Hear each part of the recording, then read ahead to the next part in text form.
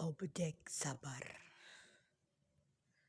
Dari penjelasan tentang definisi dan macam-macam sabar, kita dapat mengetahui bahwa sabar memiliki cakupan makna dan aspek yang luas sekali.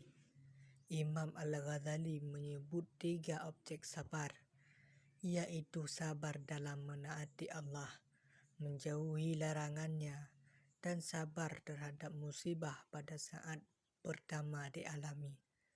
Sedangkan Wahbah Az-Zuhaili dalam kitab tafsirnya menyebutkan 3 objek sabar, yaitu sabar dalam menunaikan perintah Allah, menjauhi larangannya, menghadapi ketentuan dan cobaannya. Secara umum, objek sabar tidak terlepas dari 2 hal yang berhubungan dengan sabar dalam menghadapi penderitaan dan sabar dalam menghadapi kesenangan. Berikut ini beberapa aspek atau objek sabar yang disimpulkan dari penjelasan Al-Quran. Yang pertama, sabar terhadap petaka atau cobaan dunia. Sabar jenis ini akan dialami oleh semua kalangan, baik atau jahat, yang beriman atau yang kafir, pemimpin atau rakyat yang dipimpinnya, sebab cobaan ini merupakan bagian dari dinamika hidup. Tidak ada seorang pun yang bebas dari kesedihan hati, terganggu kesehatan tubuhnya, ditinggal mati orang yang paling dicintai, kerugian harta, gangguan manusia lain, kesulitan hidup, atau musibah bencana alam.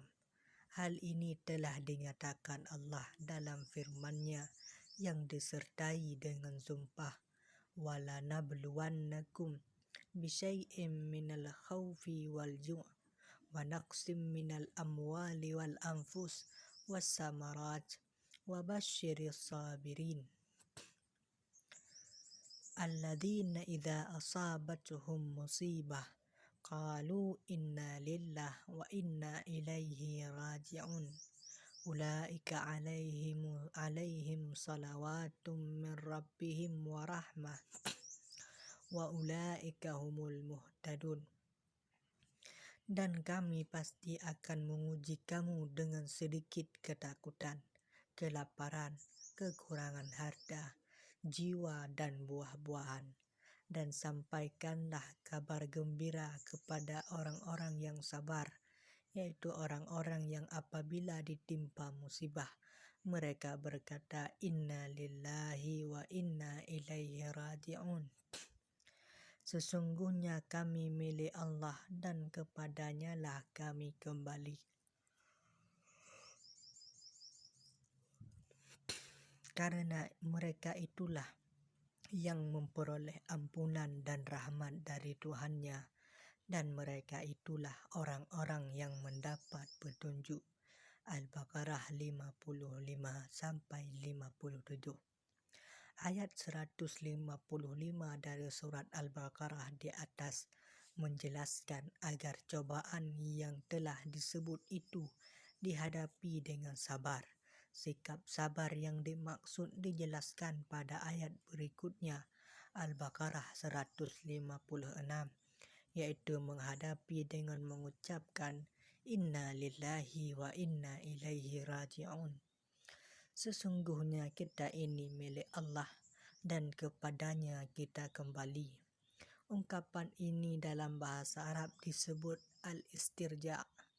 Ungkapan ini menurut Al-Alusi tidak cukup dengan lisan saja, melainkan juga dengan hati, yaitu dengan menanamkan dalam hati ma'rifatullah, mengenal Allah, dan berusaha menyempurnakan jiwa yang menjadi tujuan ia diciptakan. Orang yang mengucapkan hendaknya juga merasakan dalam hati bahwa dia akan kembali kepada Tuhannya, selamanya dan akan meninggalkan dunia yang fana ini, serta mengingat begitu banyaknya nikmat Allah yang ia terima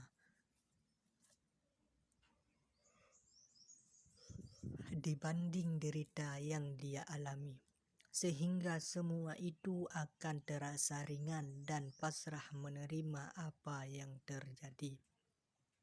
Istirja ini adalah kekhususan umat Nabi Muhammad yang tidak diajarkan kepada umat-umat Nabi yang lain. Disunatkan setelah mengucapkan istirja membaca doa Allahumma jarini fi musibati wa khluf li khairam minha. Allahumma jirni fi musibati wa khluf li khairam minha. Ya Allah, berilah aku imbalan dari musibah yang aku alami dan berilah aku pengganti yang lebih baik dari itu.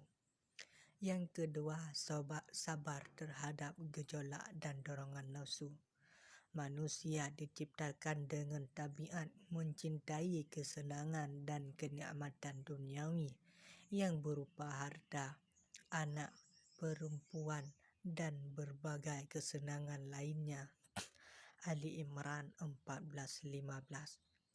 Allah memang menguji manusia tidak hanya dengan penderitaan, tetapi juga dengan kesenangan. Allah berfirman, "Walanabluukum bisyarri wal khairi fitnah wa ilaina turja'un."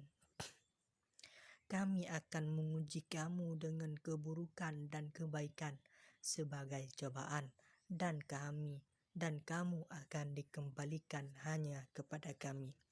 Al-Anbiya 35.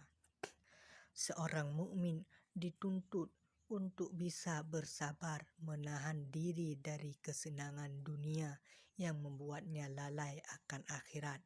Kata Imam Al-Ghazali, menahan diri dari kesenangan jauh lebih berat daripada bersabar ketika menderita. Seseorang yang lapar karena tidak memiliki makanan akan lebih mudah baginya bersabar daripada mereka yang hidup dengan makanan berlimpah dan dapat menjangkau apa saja yang diinginkan. Sabar menghadapi kesenangan berarti mengendalikan diri untuk tidak hanyut dalam kesenangan tersebut dan menyadari bahwa itu semua adalah titipan Allah kepadanya dan dalam waktu dekat akan diambil kembali.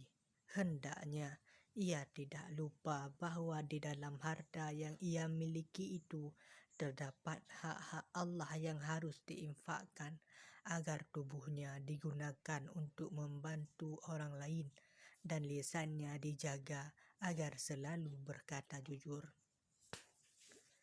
Dalam keadaan emosi, seorang mukmin juga dituntut untuk bisa menahan diri dengan hanya membalas yang setimpal dan tidak melampaui batas.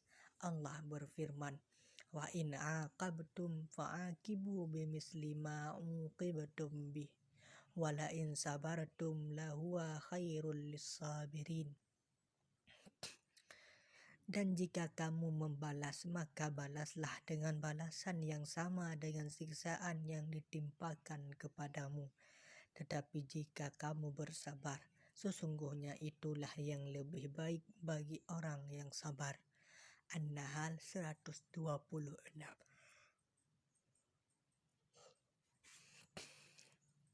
Menurut ayat di atas, seseorang yang disakiti berhak untuk membalas dengan yang setimpal. Tetapi bila ia bersabar menahan diri untuk tidak membalasnya, maka itu lebih baik. Sabar dalam hal ini sangat dianjurkan karena akan menimbulkan simpati dari pihak lawan yang akan mengubah permusuhan menjadi persahabatan, kebencian menjadi kasih sayang. Sikap seperti itu memang tidak mudah untuk dilakukan. sayang sikap seperti dan hanya mereka yang sabar yang dapat melakukannya. Karena salah satu ciri orang yang sabar adalah membalas kejahatan dengan kebaikan. Allah berfirman, La tastawil hasanatu wala sayyi'ah, idfa' billati hiya ahsan. فإذا الذي بينك وبينه عداوة كأنه ولي حميم وما يلقاها إلا الذين صبروا وما يلقاها إلا ذو حظ عظيم. Dan tidaklah sama kebaikan dan kejahatan. Tolaklah kejahatan itu dengan cara yang lebih baik, sehingga orang yang ada rasa permusuhan antara kamu dan dia akan seperti teman yang setia, dan sifat-sifat yang baik itu tidak akan dianugerahkan kecuali kepada orang-orang yang sabar, dan tidak dianugerahkan kecuali kepada orang-orang yang mempunyai keberuntungan yang besar. Al-Fussilat 34-35.